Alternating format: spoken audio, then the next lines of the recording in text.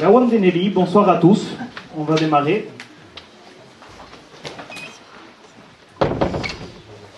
Donc, je vais commencer par me présenter.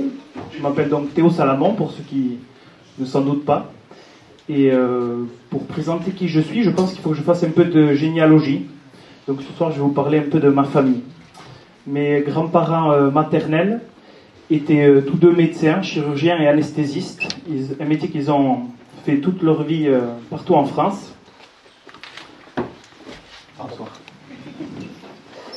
Et ensemble, ils ont créé la toute première unité du SAMU à Paris. Ils m'ont transmis l'importance des services publics et la valeur de l'intérêt général. Mes grands-parents paternels, eux, étaient alsaciens. Et ils ont profité des 30 Glorieuses pour développer une entreprise de chaussures que mes parents ont ensuite fait fructifier. Ma mère a tenu, elle, un commerce de proximité à Bayonne. D'abord un magasin de chaussures, puis la dernière mercerie en activité. Ils m'ont transmis la valeur du travail et le besoin de conserver et de valoriser les commerces de proximité.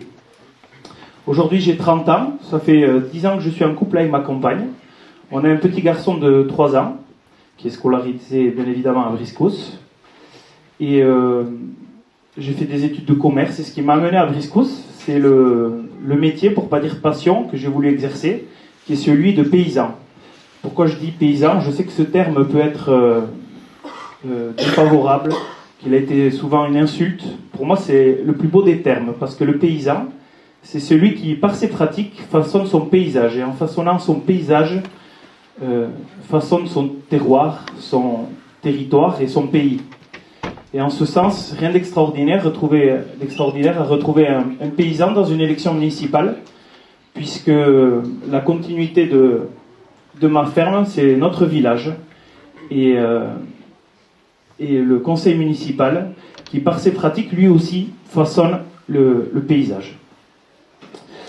Voilà pourquoi je me retrouve aujourd'hui représentant de cette liste, une liste citoyenne, qui ne se sentait pas représentée par l'offre qui nous était faite à Briscousse. Une liste qui souhaitait un renouveau démocratique, une bifurcation dans le chemin qui nous était laissé. Aujourd'hui, on a une liste qui est composée de gens qui vont de 22 à 72 ans. On a souhaité ce large panel d'âge pour pouvoir au mieux penser à toutes les problématiques qui touchent tous les âges, les tranches d'âge différentes.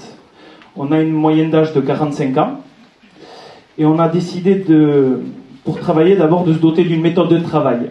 On a élaboré une charte éthique qui permet tous ensemble de travailler, d'avancer, de se respecter avec nos différences. On a élaboré une méthode de décision où on choisit toutes nos décisions à plus de 80%, ce qui permet de toujours arriver à trouver le meilleur compromis entre toutes les sensibilités. Ça fait maintenant 18 mois qu'on travaille, qu'on a mis nos compétences, qu'elles soient professionnelles, humaines, au service de ce projet-là. Et notre souhait, c'est avant tout de remettre l'humain au cœur des enjeux municipaux. Depuis septembre, nous vous distribuons des tracts que vous avez sans doute vus dans vos boîtes aux lettres. Et ces tracts ont été une façon de venir chez vous, de pouvoir échanger et de nourrir au mieux notre programme. Un programme que vous avez tous eu, quasiment. Je vous présente mes excuses, vous ne l'avez pas eu, malheureusement, je vous l'ai donné maintenant. Et un programme de 28 pages avec 62 mesures concrètes que vous avez tous et toutes pu lire. Nous nous félicitons d'avoir pu, dès septembre, communiquer nos idées. Et d'ailleurs, on se félicite également que les autres listes aient pu se nourrir de ce travail et souvent valider, en reprenant nos idées, les valider. Nous nous félicitons même d'ailleurs d'avoir pu initier, avec notre tract d'octobre, la voie verte, qui pour nous est une consécration du travail qu'on a pu vous fournir jusqu'alors. Aujourd'hui, si on est devant vous, c'est parce qu'on est à la croisée des chemins, à notre sens. Et vous aurez tous et toutes un choix à faire le 15 mars. Et ce choix, c'est de savoir qu'est-ce que vous voulez pour l'avenir de votre village. Aujourd'hui, les deux choix qui s'offrent à nous, c'est simple, c'est celui de la ville, avec tous les inconvénients sans aucun avantage, à notre sens, ou celui du village, un village robuste, tourné vers l'avenir, qui fait place à toutes et tous ses habitants. Nous allons maintenant donc commencer